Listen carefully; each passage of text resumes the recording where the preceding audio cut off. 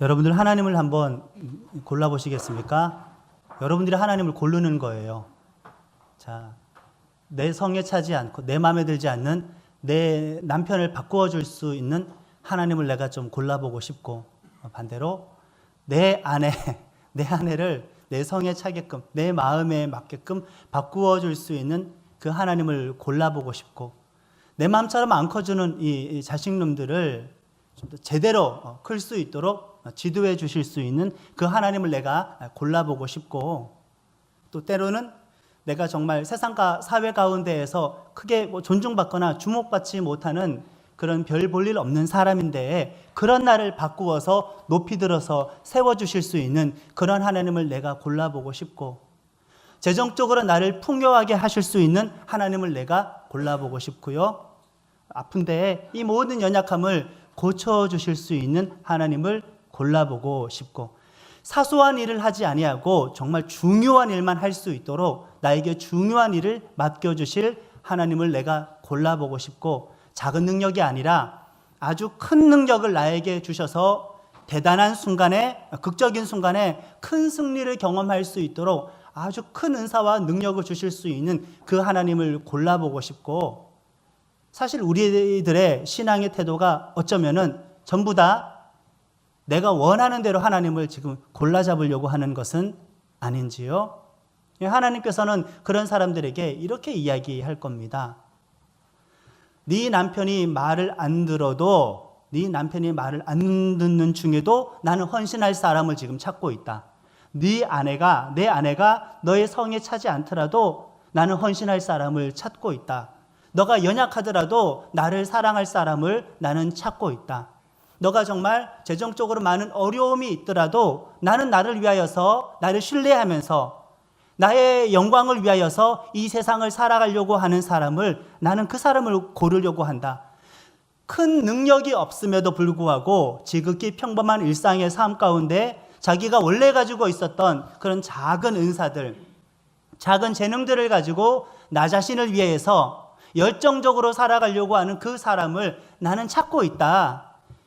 하나님도 사람을 찾고 있어요. 우리가 하나님을 고르듯이 같은 침대에 누워서 다른 꿈을 꾸는 겁니다.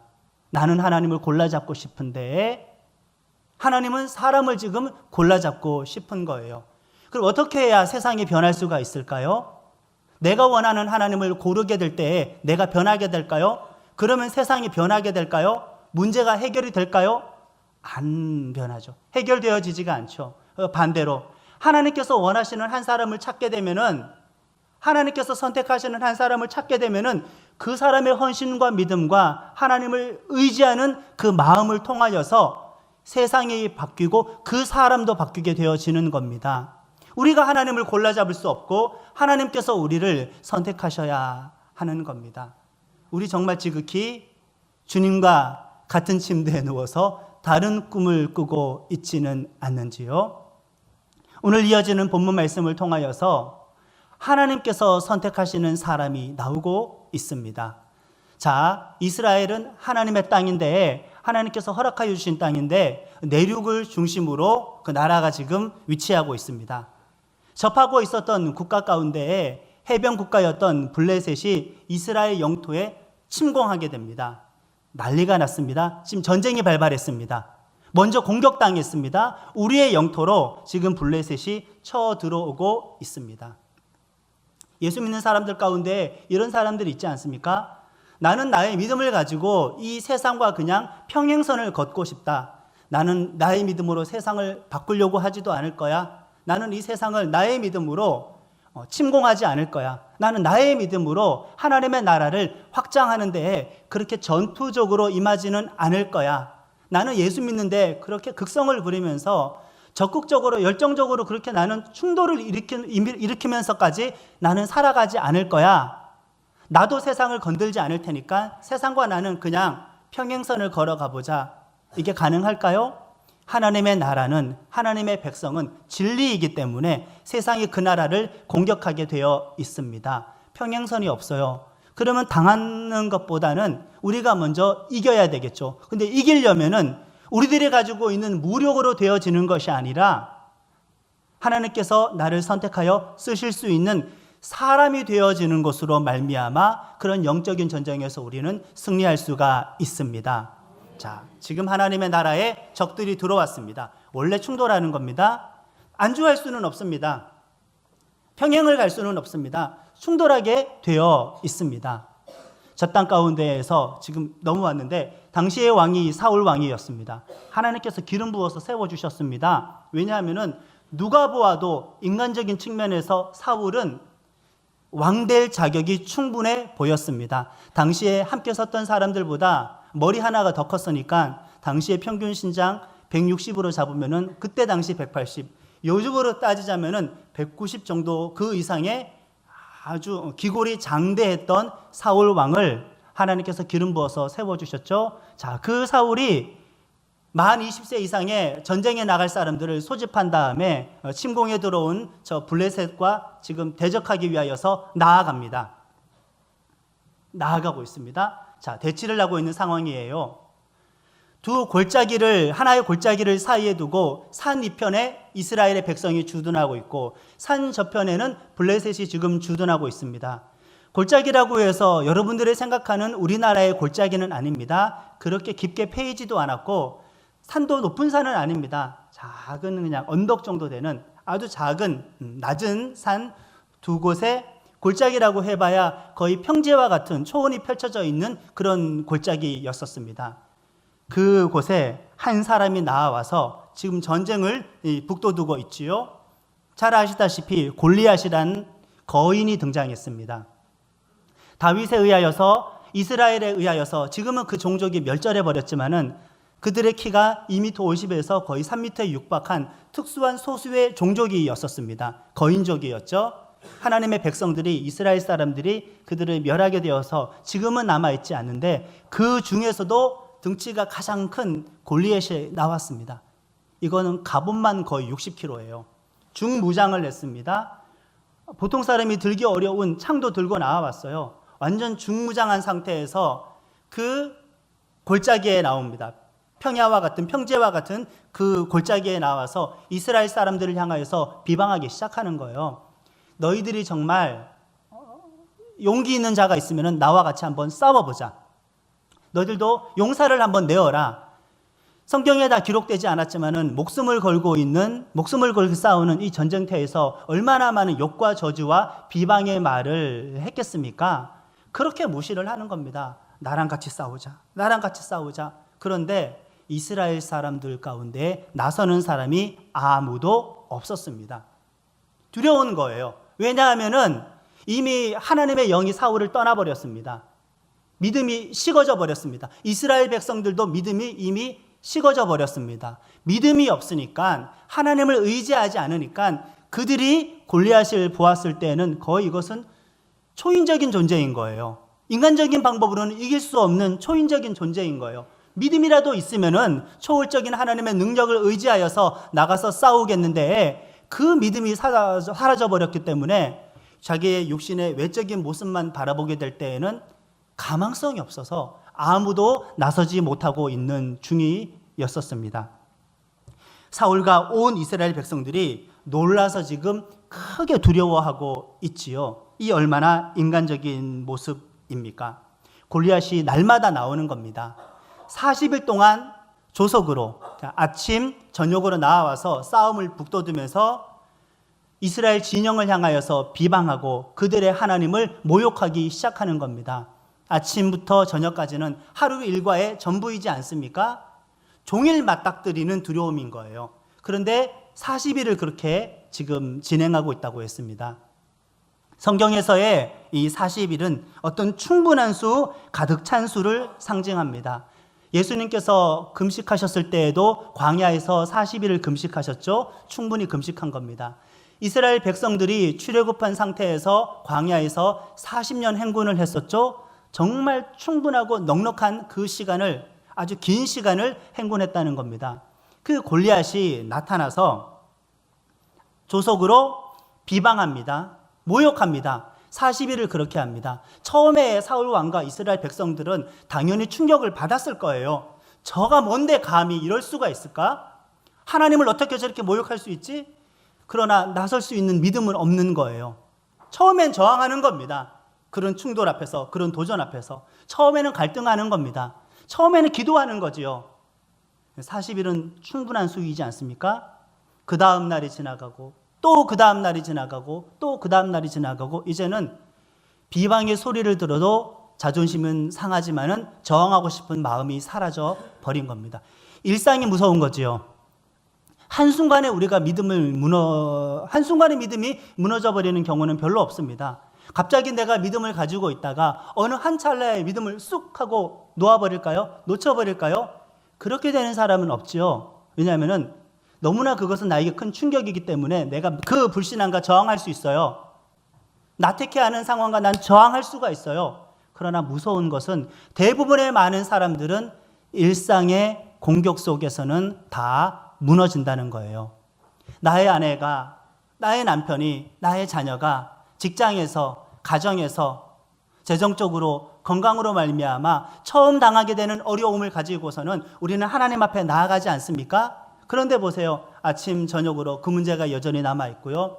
그 다음 날에도 그 문제가 여전히 남아있고요. 40일이 꽉 차기까지 그 문제가 여전히 남아있게 될 때에는 사울처럼, 이스라엘 백성처럼 크게 놀라서 두려워지는 두려움이 익숙한 상태가 되는 것입니다.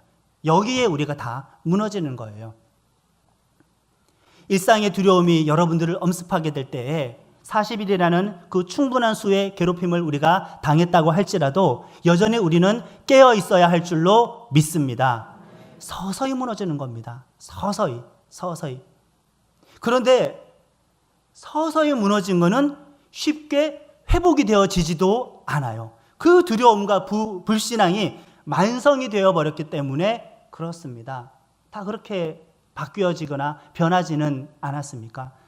믿음 생활 잘하다가 한순간 떨어졌을 때에는 다시 한번 정신을 추스르고 기도하며 날아오르고 도약할 수가 있지요. 그러나 조금씩 인간관계 가운데에서, 직장 가운데에서, 가정 가운데에서 자녀와의 갈등과 친지들과의 갈등과 어떤 재정적인 문제로 말미암아, 건강의 문제로 말미암아 여러 가지 일들이 나에게 아침으로 나를 비방하고 저녁으로 비방하고 아침으로 나를 옥죄이고 저녁으로 나를 압박하기 시작하게 될 때에는 나도 모르는 사이에 사울처럼 이렇게 되었습니다. 사울이 어떤 사람이었어요? 하나님이 기름 부어 세운 사람이 아니었습니까? 성령의 충만함을 경험했던 사람이 아니었습니까? 그러나 놀라 크게 두려워하게 되었습니다. 여기에서 하나님께서 찾으시는 사람은 아무도 없는 거예요. 용사한 사람을 못 내는 거예요. 이 싸움은 하나님께 속한 싸움인데 하나님을 의지하여서 골리앗 앞으로 나아서는 사람 아무도 없는 거예요. 세상이 바뀌어지려면은 우리가 하나님을 골라잡아서 바뀔 수는 없습니다. 하나님께서 찾으시는 사람이 내가 될 때에, 내가 그렇게 바뀌게 될 때에 나도 바뀌고 나의 삶도 바뀌고 이 세상이 바뀌게 되는 것이지요. 하나님을 골라잡으려고 하는 믿음에서 하나님께서 선택하시는 사람으로 바뀌어질 수 있기를 예수님의 이름으로 축원합니다. 이 사울과 대비되는 한 사람의 용사가 등장하는데 다들 아시다시피 다윗입니다. 이 사람입니다. 이 사람. 왕은 지금 빈 껍데기예요. 무용지물입니다. 그러나 인간적으로 볼 때에는 왕이 강해요. 그러나 하나님의 싸움에서는 쓸모가 없어요. 여러분들이 지금 의지하는 것이 무엇입니까? 많은 권력자들을 알고 계십니까? 여러분들 지금 전화 한 통 걸면은 나의 뒤에 대해서 많이 알아봐줄 각계각층의 유력한 사람들을 많이 알고 있습니까? 그거 가지고 싸우는 것이 영적인 싸움은 아니지요.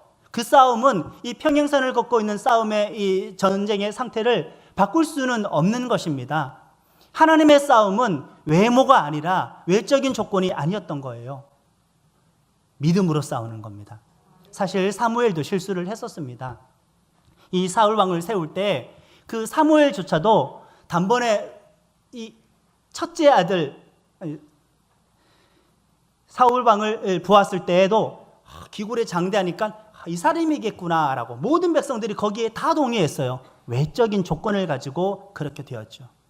그런데 하나님께서 찾으시는 이런 사람은 외적인 조건이 아니기 때문에 외적인 조건으로 인하여서는 기준 미달이라고 하여도 내면의 믿음으로 말미암아 하나님께 선택받을 수가 있습니다. 우리 모두가. 한 사람 다윗이 등장합니다. 막내예요, 여덟째입니다. 얼마나 집안에서 무시를 당했는지 모릅니다. 자, 사무엘이 와가지고 이제 사울 왕을 뒤이어서 세울 왕을 세워야 되는데 그 아버지는 이 다윗을 양치는 들판에서 부르지조차도 않았습니다. 열외예요. 세상에서 열외예요. 열외. 그러나 하나님께는 안으로 들어와 있는 사람이고 하나님의 마음에 합한 사람이에요. 그런데 우리가 생각할 때에 이 믿음의 싸움, 이 승리하는 싸움은 세상 가운데 열외의 조건으로는 싸울 수가 없고 사울처럼 왕이어야만, 기굴이 장대해야만, 중무장을 해야만 싸울 수 있다고 우리가 혹시 세상적인 관점을 가지고 있지는 않습니까? 다윗의 세 형은 전쟁터에 나아갔습니다. 다윗은 만 20세 미만이었기 때문에 전쟁터에 나가지도 못했습니다. 그런데 아버지가 이제 다윗에게 심부름을 시키는 겁니다. 자, 형들이 전쟁터에 잘 있는지 심부름 좀 해라. 떡 갖다 주고, 그 다음에 볶은 곡식을 갖다 주고, 그들의 대대장한테는, 천부장이 대대장급입니다. 그들의 대대장에게는, 천부장에게는 이 치즈도 갖다 줘라. 그리고 형들이 무사하게 잘 있는지 증표를 가져오라고 아버지가 다윗에게 심부름을 시키지요. 아버지도 다윗이 얼마나 못 믿어왔는지, 아니 자기 아들이 하는 말 믿어야 될 것 아니겠어요? 뭘 못 믿어가지고 잘 계신지 잘 있는지 없는지 증표를 받아오라고 했어요. 아버지도 다윗을 주목하지 않았습니다. 부모조차도 다윗 안에 있었던 그 잠재적인 가능성을 발견 못했어요. 그거 알았으면 사무엘이 다음에 왕을 세운다고 했었을 때에 불렀겠지요. 그의 아버지가. 근데 아버지는 이새는 다윗을 부르지 않았어요. 그리고 형들을 위하여 심부름을 보내게 되었을 때에도 증표를 가지고 와라. 못 믿어온 겁니다. 그러나 이 다윗은 최선을 다해서 자기 할 일을 하죠. 새벽 일찍 일어나가지고 목동이면 얼마나 달리기를 잘했겠습니까? 들판에서 먹고 자고 했던 사람들이 날마다 하루에 10시간도 더 넘게 걸어 다닐 수도 있고 한번 이동하려고 하면은 아주 많이 튼튼한 다리를 가지고 이 산과 저 산을 넘어야 하지 않겠습니까? 그 베들레헴에서 전쟁터까지는 한 20km입니다. 다윗의 한 주력 정도면은 4시간 안쪽이면은 빨리 빠른 걸음으로 가지 않았을까 싶은데요. 아침 일찍 일어나서 지금 그 전쟁터에 들어왔습니다. 그 전쟁터에서 지금 다윗이 만난 사람들은 저런 사람들인 거예요. 40일이라는 두려움에 이미 익숙해져 있는 사람, 자기 자신들에게 믿음이 사라졌음에 대하여 문제의식이 사라져버린 사람을 지금 다윗이 만나는 겁니다. 그때 이제 한 사람이 보여요. 저 들판에서 누가 이쪽을 향하여서 고래고래고래 소리를 치는 겁니다. 중무장을 했습니다. 키가 저렇게 큰 사람 본 적이 없어요. 대단한 장수입니다. 비방하는 겁니다. 모욕하는 겁니다. 하나님에게 지금 모욕을 주고 있는 겁니다. 다윗이 그 말을 형을 만나는 중에 지금 듣게 됩니다. 그러면서 주변 군사들을 통하여서 소문을 듣게 되는 거죠. 지금 우리 임금 사울 왕이 저 장수를 넘어뜨리는 사람을 위하여서 현상금을 마련했다. 많은 재물을 줄 것이고 그의 딸을 주어가지고 사비를 삼을 것이고 세금을 평생토록 면제해 줄 거야 라고 이런 조건을 내걸었습니다. 이 발상 자체가 사울 왕이 얼마나 세속적인 사람인 것을 보여주지 않습니까? 인간적인 조건을 걸어가지고 이 싸움을 지금 이기게 하려는 거예요. 자기 책임 면하려고 하는 거예요. 자기가 믿음으로 나가서 싸웠어야 되지 누군가 대신 싸워주기를 바라보고 세상적인 어떤 보상을 주는 겁니다. 그러나 다윗은 저 마음으로 싸움에 나간 것은 아니에요. 많은 재물을 나에게 준다고, 내가 왕의 사위가 될 수 있다고, 평생 세금을 면제해 줄 수 있다고, 나가서 싸워야겠다. 이런 마음이 아니었다는 거예요. 다윗이 정말 화가 났었던 것은, 분노했었던 것은 살아계신 하나님의 군대를 모욕했기 때문에 그의 마음 가운데에서는 이런 거룩한 분노가 일어난 것입니다. 그래서 그 말을 하는 거죠. 자, 지금 거기는 불신의 바다예요. 의심의 바다예요. 두려움의 바다에 다윗 한 사람이 지금 들어가서 파장을 일으키는 겁니다. 믿음의 말을 하기 시작하는 거예요. 저 사람이 뭔데 도대체? 다 지금 쫄아 있잖아요. 위축이 되어 있잖아요. 그런데 아니 저가 감히 누군데 만군의 하나님의 군대를 모욕하느냐. 여러분들 지금 일상적인 두려움 가운데에서 위축되어 있지 않습니까? 누군가 어떤 사람의 괴롭힘으로 말미암아 어떤 일의 스트레스로 말미암아 지금 눌려 있지 않습니까? 한 사람이 어떤 말로 말미암아 어떤 갈등으로 말미암아 어떤 부족함과 모자람으로 말미암아 지금 짓눌려 있지는 않습니까? 믿음이 없는 상태에서 그 안에 갇혀 있으면 나도 나를 못 보는 거예요. 외부에서 온 다윗이 믿음의 돌을 던지기 시작하는 겁니다. 파장이 일어나는 거죠. 그러나 그 말을 듣고 같이 믿음을 가지고 해보자라고 나서는 사람은 아무도 없었습니다. 그럴 때 28절의 말씀 같이 우리가 읽겠습니다. 시작. 큰 형 엘리압이 다윗이 사람들에게 하는 말을 들은지라. 그가 다윗에게 노를 바라여 이르되 내가 어찌하여 이리로 내려왔느냐. 들에 있는 양들을 누구에게 맡겼느냐. 나는 내 교만과 내 마음의 완악함을 아노니 내가 전쟁을 구경하러 왔도다. 아멘. 자, 이 큰형 엘리압이 사무엘이 사울을 대신할 왕으로 세우려고 외모만 보고 착각했던 그 사람입니다. 따지자면은 실패한 왕 사울 왕의 아바타예요. 아바타. 외적인 조건은 완벽한데 이 엘리압도 지금 겁쟁이가 되어 있어요. 사실 여러분들이 큰형이라고 한다면은 지금 동생이 믿음의 말을 하고 있잖아요. 그러면은 그걸 가지고 분노해야겠어요? 질투해야겠어요? 이런 독한 말을 어떻게 해요? 노를 바라면서 네가 교만하다. 너 마음이 완악하다. 너 지금 전쟁터 구경하러 왔지? 무슨 형이 동생에게 이런 말을 해요? 엉망인 사람인 거예요. 외적인 조건이 중요하겠습니까? 마음이 중요한 거죠. 내면이 중요한 거죠. 사실 여기에서는 이 엘리압이 다윗을 향한 신앙적인 열등감이 있었습니다. 믿음의 사람과 말씀이 충만한 사람과 성령이 충만한 사람이 그 믿음의 말을 하게 되면은 그 성령이 충만한 말을 하게 되면은 그만큼의 믿음이 없었던 육적인 사람들이 그 질투하는 거예요. 비방하고 공격하고 무시하는 겁니다. 믿음의 말을 하는데 그게 되겠냐고 이렇게 이야기하는 거죠.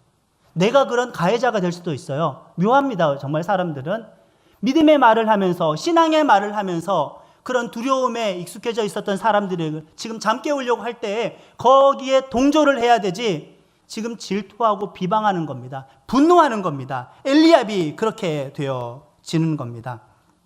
믿음의 사람은 이렇게 세상과 충돌을 일으킬 수밖에 없지요. 그럼에도 불구하고 믿음의 사람으로 충돌이 일어나더라도 믿음의 말을 성령 충만한 말을 주변으로 선포하시기를 바랍니다. 파장을 일으키세요. 파장을 일으키세요. 그 말을 누군가 듣고 이제 사울 왕에게 알려주는 거예요. 한 소년이 나타났습니다. 20세 미만이에요. 청소년입니다. 그런데 저 골리앗이 진짜 아무것도 아닌 것처럼 이야기를 해요. 두려움에 갇혔던 사람의 입장에서 이 다윗의 등장은 아주 신선한 것이지요. 보십시오. 하나님을 골라 잡는 게 아니라 하나님께서 고르는 사람이 지금 등장한 겁니다. 이 전쟁의 승패는 이 전쟁을 이기게 해주실 하나님이 없나? 이게 아니에요. 그 하나님의 전쟁을 믿음으로 수행해 줄 사람이 되었을 때 환경이 바뀔 수가 있지 우리가 하나님을 골라 잡는 것이 아니라 하나님께서 우리를 선택하십니다. 이런 사람 없습니까? 여러분들이 그런 사람 되면 안 되겠습니까? 우리가 하나님의 마음에 합한 사람 되면 안 되겠습니까? 입장이 바뀌었습니다. 이제 다윗이 사울을 만난 거예요. 여기에 약간의 복선이 깔려 있습니다. 보세요. 한나라의 임금인데 키 차이가 수십 센치예요. 왕의 복장을 입고 있어요. 무기도 너무 좋습니다. 다윗은 목동의 복장이에요. 무기도 없잖아요. 그럼 일반적으로 이 둘이 만나게 되었을 때에는 임금이 아이에게 걱정하지 말아라, 염려하지 말아라, 용기를 내어라, 지혜를 알려준다든지, 격려하든지, 위로하든지, 어떤 지도와 지침을 이렇게 전해준다든지, 임금이 이 아이에게 해주는 것이 정상적인 그림이 아니겠습니까? 입장이 바뀌어지게 된 겁니다. 우리 32절의 말씀을 같이 읽겠습니다. 시작. 다윗이 사울에게 말하되 그로 말미암아 사람이 낙담하지 말 것이라. 주의 종이 가서 저 블레셋 사람과 싸우리이다 하니 아멘. 소년이 왕 앞에서 사람이 낙담하지 말아야 합니다 라고 하는데, 여기에서 성경을 처음 읽는 사람이라도 이걸 보면은 눈치를 챌 수가 있겠죠. 왕이 바뀌겠구나. 왕의 그릇은 지금의 왕의 그릇이 아니다. 이 다윗이 왕의 그릇이구나. 왜냐하면은 왕이 하대하는 것, 왕이 아랫사람에게 어떤 무슨 말을 하지, 어린 소년이 왕 앞에 낙담하지 말아야 됩니다라는 이런 말을 어떻게 할 수가 있겠습니까? 왕이 바뀌겠구나라는 것을 우리는 이 말씀을 통하여서도 알 수가 있는 거죠. 여기에서 알 수 있는 것은 세상적인 위력이 중요한 게 아니잖아요. 드러나는 신분이 중요한 게 아니잖아요. 그 내면에 있는 믿음의 용기가 중요한 것이 아니겠습니까? 무엇으로 싸워야 될까요? 우리가 무엇으로 승부해야 될까요? 지루한 이 40일을 어떻게 극복할까요? 이 평행선의 상황을 어떻게 우리가 바꿀 수가 있을까요? 외적인 강함을 추구해서 바꿀 수가 있을까요? 그것을 해결해 주는 하나님만 고를래요? 아니면은 그분께서 골라 쓰시기에 합당한 사람으로 내가 바뀌겠습니까? 우리가 바뀌어야 싸움이 승리로 열매를 맺게 되는 것입니다. 그런데 다윗은 사실 이런 경험이 많았던 겁니다. 많은 사람들은 생각해요. 하나님, 극적인 순간에 하나님께서 초자연적인 능력을 주셔가지고 제가 이기기를 원합니다. 지금은 내가 못 이기고 있지만은 지금은 내가 특별한 능력이 없어요. 나에게는 특별한 재능이 없고 특별한 능력이 없어요. 내가 지금은 못 이기지만은 그 어떤 극적인 순간에, 어떤 결정적인 순간에 하나님 아버지께서 나에게 특별한 은사와 능력을 주시면은 그때 내가 이길 겁니다. 이런 건 없어요.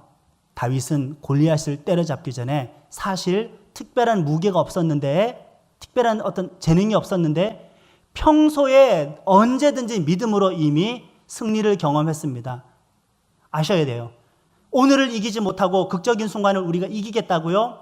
지금 사소한 아내와 남편 간의 갈등, 성도와의 갈등, 내 자녀와의 갈등, 어떤 재정적인 문제, 회사에서의 문제, 여러 가지 그 모든 문제, 지금 매일매일 경험하고 있는, 조속으로 나에게 나의 믿음을 떨어뜨리려고 하고 있는 이런 불신앙의 위협 속에서 그 하루를 내가 믿음으로 이겨내지 못하고 결정적인 순간에 우리가 이기겠다고요? 못 이기는 겁니다.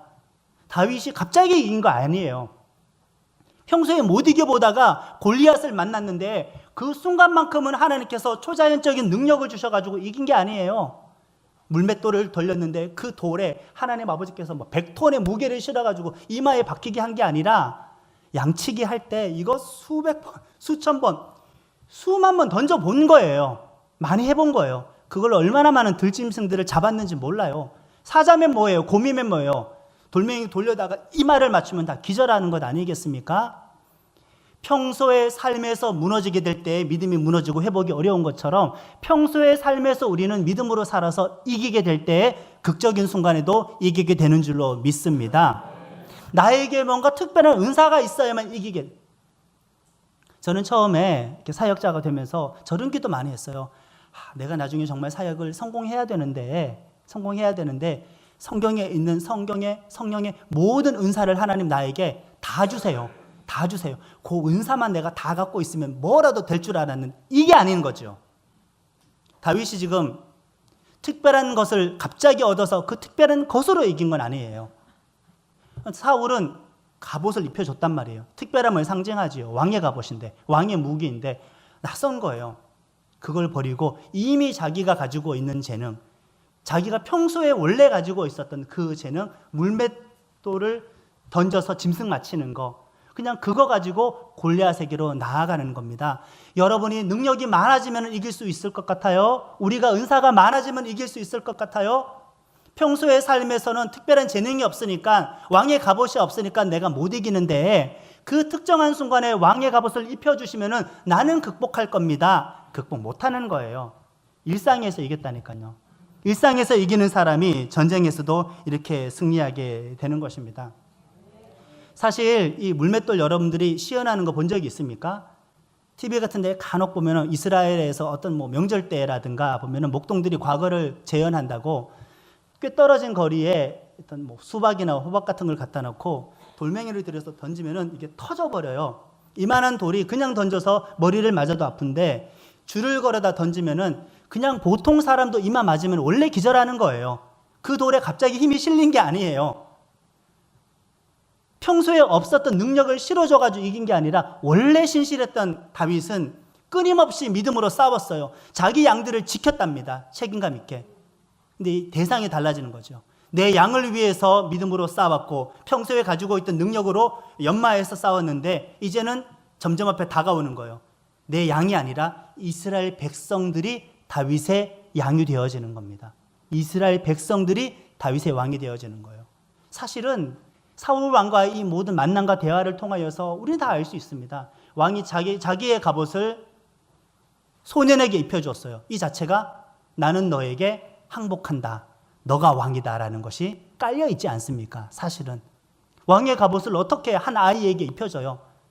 자존심이 있지, 왕의 신분이 있지. 그것은 자기는 이제 왕권을 포기한 거예요. 다윗이 왕이 되어지는 것이 이미 예고가 되어 있습니다. 우리는 매일매일의 삶 속에서 승리해야 합니다.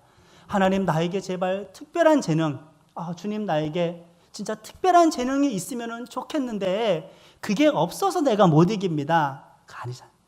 너가 지금 현재 가지고 있는 그 상황과 그 여건 속에서 그것을 가지고 활용을 하되 어차피 싸움은 그걸로 싸우는 것이 아니라 믿음으로 싸우는 거야. 이 전쟁의 승패는 그렇게 하여서 달라지게 되는 겁니다. 자, 골리앗이 다가옵니다. 생각보다 멀리서 던져서 맞힌 건 아닙니다. 어차피 골리앗은 칼을 들고 달려옵니다. 창을 차고 달려옵니다. 단검을 차고 달려옵니다. 돌을 걸어서 던집니다. 근접했을 때 던졌죠. 이마에 맞게 되는 순간 기절할 수밖에 더 있겠습니까? 아무리 커도 머리에 이만한 돌이 가속이 붙어서 날아오는데 골리앗이어도 머리 맞으면은 그냥 기절하는 거죠. 그리고 달려가서 골리앗이 차고 있었던 칼을 빼다가 골리앗의 목을 쳐서 골리앗을 베게 됩니다. 돌 때문에 죽은 건 아닙니다. 사실을 따지자면은 그 돌에 어마어마한 대단한 능력이 스며 있었을 거야. 그건 아니에요. 그런 순간을 꿈꾸게 되었을 때에는 우리는 일상에서 승리할 수가 없게 되는 것입니다. 여러분들은 과연 어떠한 사람이 되고 싶습니까? 어떠한 사람이 되고 싶으십니까? 정말 하나님 골라 잡을래요? 저 사람 바꾸어줄 하나님, 내 아내 바꾸어줄 하나님, 내 아이 바꾸어줄 하나님, 나에게 돈 많이 벌어다 줄 그 하나님 골라 잡을래요? 내가 하나님 골라 잡아서 내가 바뀌고 세상이 바뀔까요? 안 바뀌죠. 하나님이 선택하는 사람이 될 때에 나도 바뀌고 세상이 바뀌는 겁니다. 이런 사람은 어떠한 사람인가요? 여호와를 신뢰하는 자를 하나님께서 사용하십니다. 하나님은 평소에 준비된 사람을 사용하십니다. 하나님은 보이는 세상보다도 보이지 않는 하나님의 능력 의지한 사람을 하나님께서는 사용하십니다. 이런 사람 바로 여러분들이 될 줄로 믿습니다. 봉헌 찬송하겠습니다.